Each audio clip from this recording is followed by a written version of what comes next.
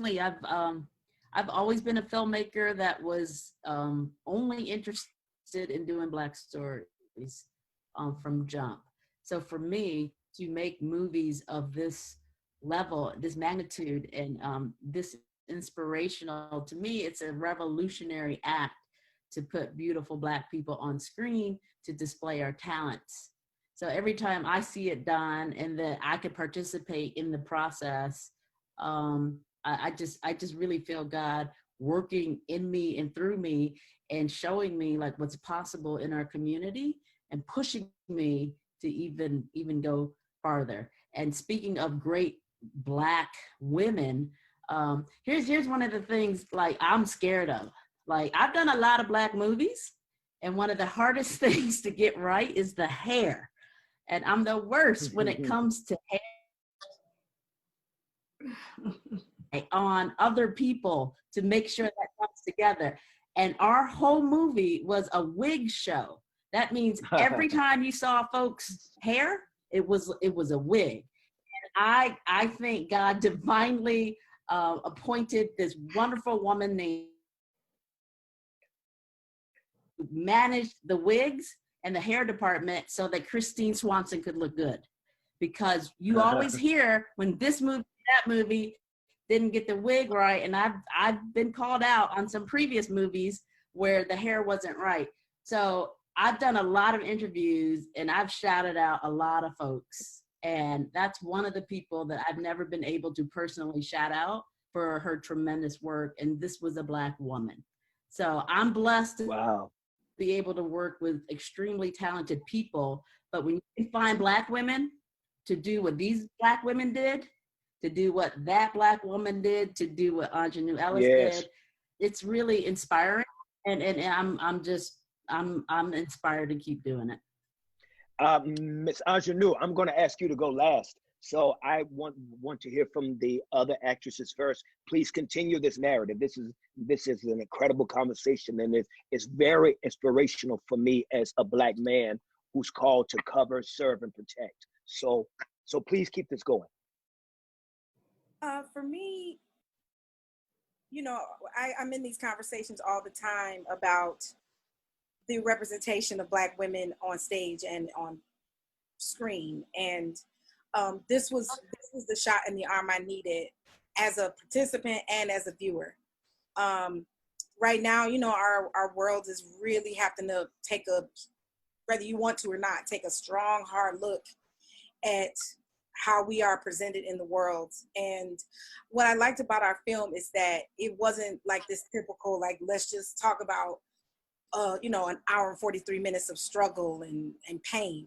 Yes, you saw that because that's real. That's everybody. Everybody's got some degree of that.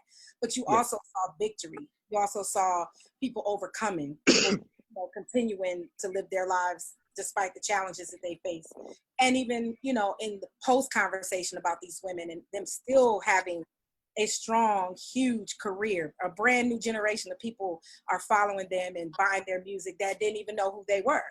And, you know, for me, also being a full figure woman, Black woman, it gives me hope that we will be celebrated on stage and on television more often, and we're not just delegated like the funny person or the butt of the joke or, you know, whatever, you know. Beautiful. Come on, Angela.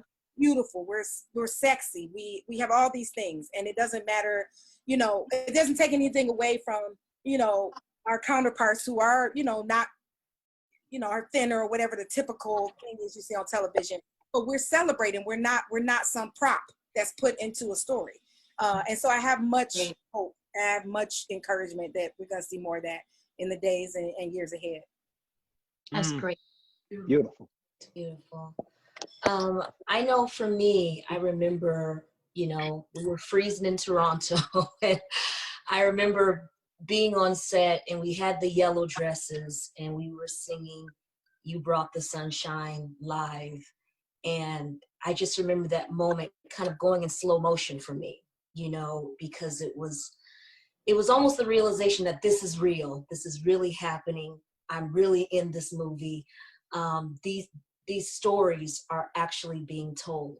And I had no idea that, you know, the following year we would be in a pandemic, that we would be, you know, experiencing all this, you know, all these issues of police brutality and just how Black people are perceived and all of that coming to a head. But I look back on that moment and how that moment has brought so many people joy and just an escape at a time like this. I knew it was special back then, just for the simple fact that it was Black girl magic on every level, you know, who was producing it, who was directing it, the screenwriters, of course, you know, you just don't see that, an all Black female cast, and then specifically Black women, you know. And I have to say, I think it's also very special just because of the risk that Christine Swanson took to cast singers. I'm sorry, that moment in the hospital just is not as compelling. If all of a sudden you have some overdub coming up and there's some auto-tune, no, in real time, we're looking at our mother and we're seeing her life leave her body and we're singing that song in that moment. That was an authentic, that was a real moment. That moment does not happen without Christine Swanson saying, I'm sorry, it has to be real singers. The moment when Christina is on the piano and she's figuring out, you know, the song, and we come in and we're singing live in the living room. Those moments just don't happen. And I think what people don't realize is what that's special, why this movie feels so different, is because that's another character of the film. The fact that it's live singing and it's just real. And that's, to me, what the Clark sisters deserved. And her love for them is why she pushed for that. If I could also say just how she and Aunjanue pushed and had the courage to make sure the story reflected the strength of Maddie, and that it was focused in the right way, that as Angie said, it wasn't about the men, it wasn't about weight, it wasn't about any of this. This was a story about 6 Black women and their strength and being overcomers and finding their way, and now we can just see the fruit of their mother's prayers and the vision that she had for them.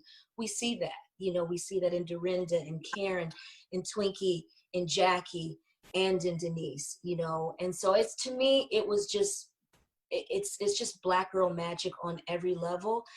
And it's, now it feels deeper than it felt even a year and a half ago, because it's like, this is a legacy that I will be forever connected with. And there is no other person other than my mama, who I love just like Dorinda loves her mama. There's no other person that I would be so honored to be connected to, would be the Rose, Dorinda, you know, who to me is just such a beautiful person in and out. And so I'm just honored that I get to be connected to her legacy forever. Wow. And last but